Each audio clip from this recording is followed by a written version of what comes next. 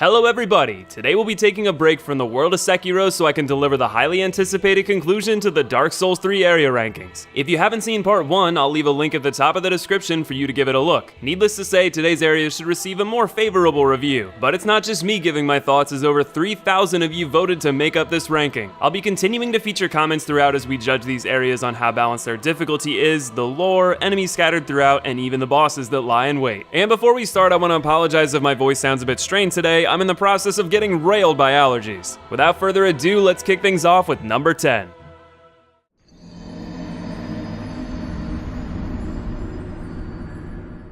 Just as with the untended graves, with the archives coming in around the halfway point, they seem to be very divisive. Let's start with the good. Grand Archives is the best area in my opinion. Tons of varied enemies, winding pathways, and secrets with multiple checkpoints to make it easier on some sequent runs. Not to mention it has one of the best boss fights in the entire series, and the best soul farm in the entire game. So this is a glowing review from friendly elites who not only loves the area, but it's their overall favorite. And let's give credit where it's due. When it comes to the actual winding design of Grand Archives, it's excellent. There's so many different branching pathways with multiple different approaches to making your way throughout. There are plenty of secrets scattered within too, which is great. Where you lose me is the enemies. Sure, there's plenty of variety, but are they actually good? Personally, I find the Grand Archives infuriating. The enemy placement with magic casting scholars mixed with the fast and annoying thralls is ridiculous. Plus it has the IRITHYLL Outrider Knight, which is the worst mini-boss from any Souls game. On the topic of the Outrider Knight, I have to admit I almost always avoid fighting them because of their insane aggression, attack and movement speed, and frost to slow you down to make the aforementioned challenges even more insane, but at least it's optional. Frankly, there is no avoiding the Crystal Sage and all the bullshit enemies that would wax you down and proceed to butt sex you. I can't remember the last time I traversed the castle and spent proper time going through it. The mages that wax you are frustrating, their magic gives them godly range, the hands that come out of the floor punish you for walking in the wrong spot as a new player, and the thralls have an unnerving level of swiggity swooty that is a horrible match for getting waxed. Once you make it to the roof, it's less a trial in making it through a magic minefield and instead just straight ganks as far as the eye can see. The 3 warriors blocking the shortcut, the 20 enemies guarding the bridge to princes, it can be overwhelming in all the wrong ways if you decide to fight. Which is what Grand Archives boils down to for me and likely many of you. A structurally well-constructed area with cool loot that is littered with either annoying enemies or so many of them stuffed in you begin to question if the enemy placement is difficult for the right reasons, or if they just threw a bunch in to make it needlessly hard for the endgame. Personally, I defer to the latter. That said, Grand Archives still has a solid layout to explore that makes it worthy of a spot in the top 10.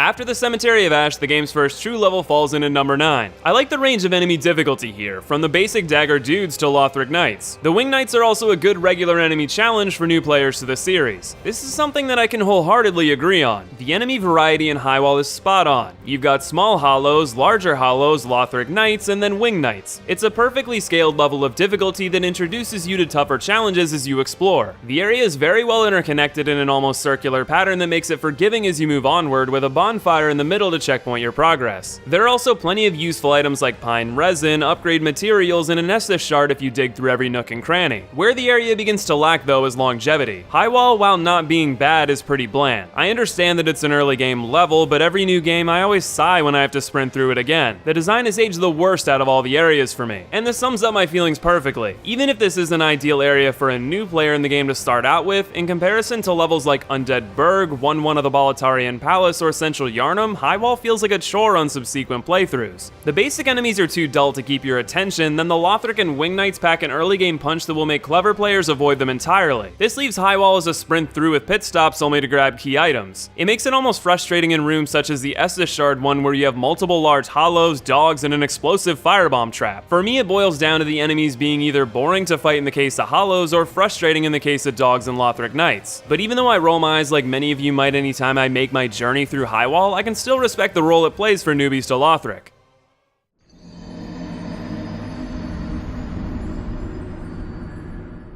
And here we have a central piece of fan service in a game bloated with it. With it receiving the second least votes for worst area in the game but dead center for best, I can interpret that as no one really hating Firelink, but it's definitely nothing special. Stumbling into the shrine for the first time was both a wave of nostalgia and disappointment. Hub areas in Souls are often fan favorites. They're places you go to get a breather from the punishing world outside and is usually rich with NPCs to converse with. The fan service is further pushed by a character like Andre who, don't get me wrong, look baby, I love you, but what the hell are you doing here? This could go either way. I could look at this and say, why FromSoft? You could have added a new blacksmith with rich lore to complement the new world. At the same time, part of the point of Dark Souls 3 is a never-ending loop that needs to come to an end, and Andre still trucking along with that hammer is a reminder of the repetition. I'd love to feature some of your thoughts here, but there weren't really any comments talking about the shrine in detail, which says to me that most of you receive it as, yeah, it's alright. So there you have it. It's a solid hub that feels underwhelming for being retread, but still serves its purpose well.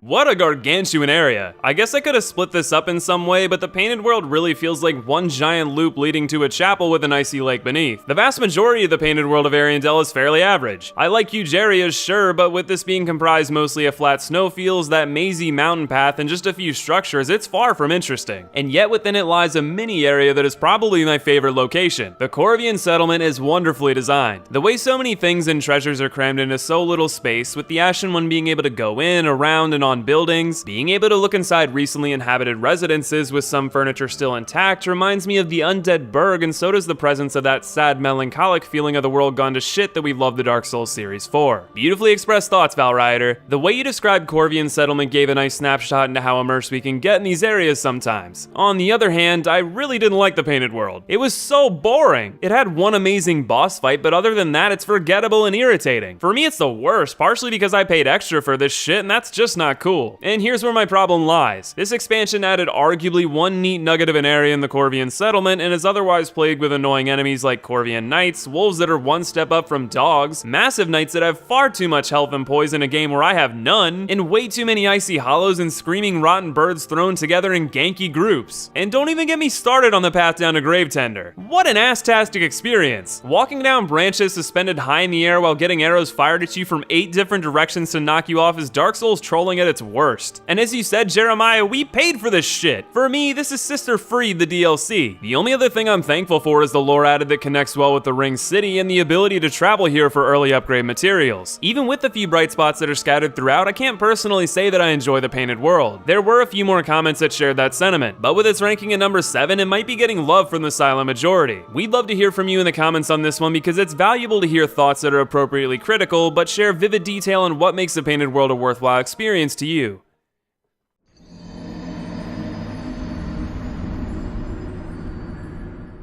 The fabled favorite of Dark Souls makes its return in Dark Souls 3, but is it a glorious one? It may not be the worst, but ANOR LONDO was definitely the biggest disappointment in the game for me. After the initial surprise of reaching the throne room, there was literally nothing else to do there but fight the boss. No bedroom spelunking or anything. I'm still upset. This comment illustrates along with ANOR LONDO the repeated problem with half-hearted fan service in Dark Souls 3. Cutting out a small piece of an area and adding nothing of great value to it makes it feel like a hollow reminder of something you once cherished rather than a tour through an old beloved level. Frankly, there's barely anything here. I think it has a lot to do with how much love was poured into the area preceding it, but as Biffmun mentioned, they could have easily added some other parts of the castle to explore, and I think we all would have been satisfied. But let's take a more positive look. My favorite has to be ANOR LONDO. I love how much Yorska has to do with the lore of Gwyn and ANOR LONDO. Aldrich is a good boss, but very frustrating. The Silver Knights are a great throwback to DS1, but the only thing I didn't like is no Guinevere after Aldrich. I didn't get to see those amazing bazongas. That's a totally fair take. Yorska does add to the lore, and I think we all miss those bazongas. The Silver Knights are where I have to disagree though, because there are plenty throughout the preceding area, making their appearance here seem less special. Then inside it's a ton of deacons and lumps of shit, though in fairness that's what it's meant to be. The atmosphere inside ANOR LONDO is top notch in my opinion, and it truly shows how Aldrich and Sullivan have torn the royal family apart and destroyed the once beautiful city. But I think that's where the hairs get crossed. You could have had ANOR LONDO be a shell of its former self in appearance, but it didn't have to be in terms of level design too. There's so much from the castle missing that I know I would have loved to see, and it's disheartening that they didn't put more care into adding it. But I will say that I did enjoy the surprise of seeing it, and its placement in the game is excellent in terms of lore. I'm not mad because it isn't bad. I'm just disappointed that they could have elevated it to be so much more.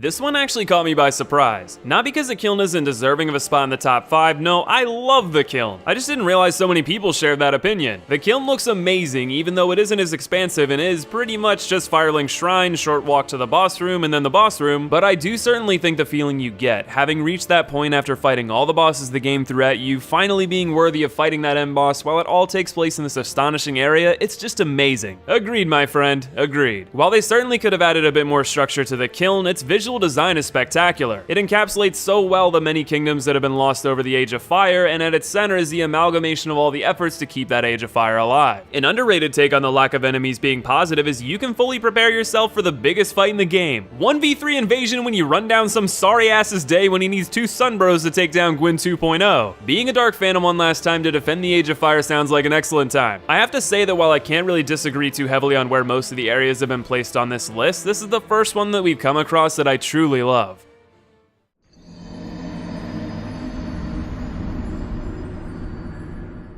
Archdragon Peak is in my opinion the best area. It feels majestic whenever it's not raining and feels like something straight out of Zelda for me. I get the sense of something like Mount Olympus from Greek mythology, but like the rest of Dark Souls 3, you feel it's falling apart and dying. This is spot on for me. Without a doubt, Archdragon Peak captures both the atmosphere that is loyal to Dark Souls 3's theme of a decaying world while also managing to be a sublime representation of lost treasures from another time. As Gavin says, it feels like an adventure through an abandoned kingdom. Finding all the treasures throughout this abandoned land is rewarding, and the fantastic visual design of the level draws you in to explore further. There's just one gripe that I have. You guys might disagree, but these are some of the most frustrating enemies in my experience. The mini dragon guys combo you to ever after, and the big axe guys have some questionable hitboxes. This is what I think holds Archdragon Peak back from a higher spot. While the visual design begs for your attention and the treasures lure you in so sweetly, the enemies within are some of the most downright spammy, annoying, ganky abominations in the game. And sadly, they are the main enemy type throughout this entire place. I do enjoy the warriors that get summoned, Havel, and even the toads aren't so bad, but those dragon monsters are just painful to experience and not in the fun masochistic way. That's still not enough to make it unworthy of this spot, but I do think it's what holds it back from greater heights.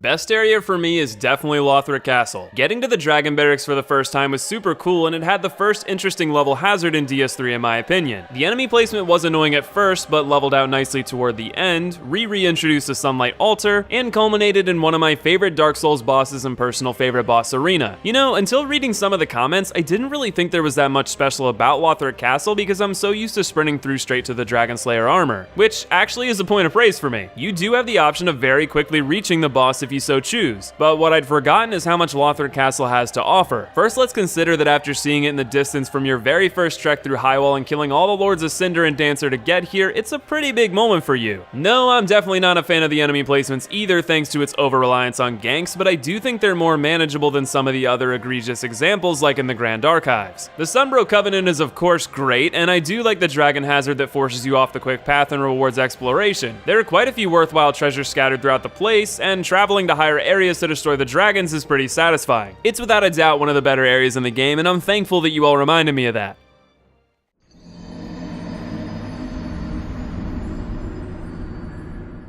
This is a long comment, so I'll be paraphrasing a bit, but it describes IRITHYLL very well. IRITHYLL of the Boreal Valley is my favorite area. This is thanks in part to the foreshadowing. Throughout DS3, there are weapons and enemies that make mention of it, and the game paces well by requiring the doll and getting through the catacombs to reach it. Like the rest of DS3, it's desaturated, but the snowy cold theme works really well here. There are a ton of rich NPC quests, and this level has shortcuts and wonderful connectivity. The enemies are somewhat frustrating to fight if you go head on, but baiting them into one-on-one battles remedies this. In conclusion, it's a challenging area that forces you to take your time and explore its beauty. Forcing this pace could make it boring, but its charm and detail make it more enjoyable. What an excellent summary of everything that is spectacular about IRITHYLL. As someone who can be prone to impatience, this area forces you to take your time in a way that even I enjoy. It's not only great from a gameplay perspective, but as Jorge said, you enjoy taking your time all the more because you get to bask in the splendor of just how incredible IRITHYLL's visual design is. It is a much needed color injection after the previous areas, even if it is a bit washed out. The enemy placements are challenging challenging but manageable at the aforementioned pace. There are so many great rewards that lie within, the level has spectacular interconnectivity that is unrivaled, and it all culminates with a phenomenal boss battle. Probably the only spots that I hate are the stairway with the excessive amount of dogs and mages in the pit with all the shadows, but really that's only because they're a pain to run through. If you take your time, they're just as manageable as everything else. IRITHYLL is without a doubt an unforgettable experience, and it may even be my personal favorite area in Dark Souls 3. But we've still got one more to go that's topping the charts.